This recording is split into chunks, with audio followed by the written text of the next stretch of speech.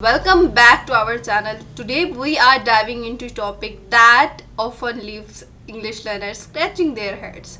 And what is gerund and how to use them. So fear not, by the end of this video you have a clear understanding of what gerunds are and how to use them effectively in your writing and speech. First, we will explore what are gerunds, their formation, common usage, clear examples to help you grasp these essential grammar concepts.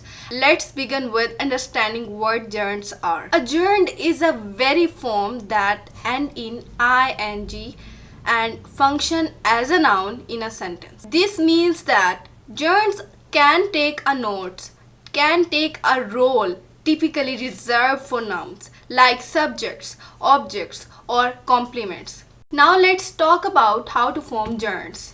Forming gerunds is a straightforward. Take a verb, add ing to the base form of the verb. For example, read becomes reading, run becomes running, and so on. Common usage of gerunds. Gerunds have several common usage in English. Let's explore some of them.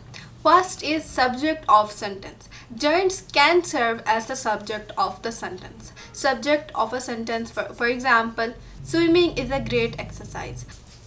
Object of a verb. Gerunds can function as an object of a verb. For example, she enjoys dancing. Object of preposition. Gerunds often follow preposition. For example, he is good at cooking. Here is a common mistakes to avoid. Before we warm up, let's address some common mistake to avoid gerunds. Mistake 1. Confusing gerunds with present participle. Remember, gerunds functions as a noun, while present participle function as adjective. Gerund versus present participle. Mistake 2. Using gerund instead of infinitives after certain verbs. Some verbs are followed by gerunds, while others requires infinitive. And there you have it. It's a clear understanding of gerunds in English grammar. No more confusion. If you found this video helpful, please give it a thumb up and consider subscribing to our channel for more grammar tips and lessons.